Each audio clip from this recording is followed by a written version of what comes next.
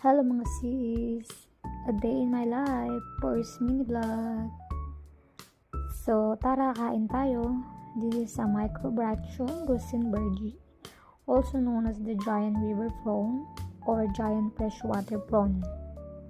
It is also known as the Malaysian prawn, uwang or ulang in the Philippines. It is one of the biggest freshwater prawns in the world. At yun ang pangalan ng prawn na to. At kung makikita niyo sa video, kulay blue siya. Ang tataba at ang lalaki. Sobrang sarap. Amis. Kaya nililinisan na siya ni ate. Fresh siya. Yan.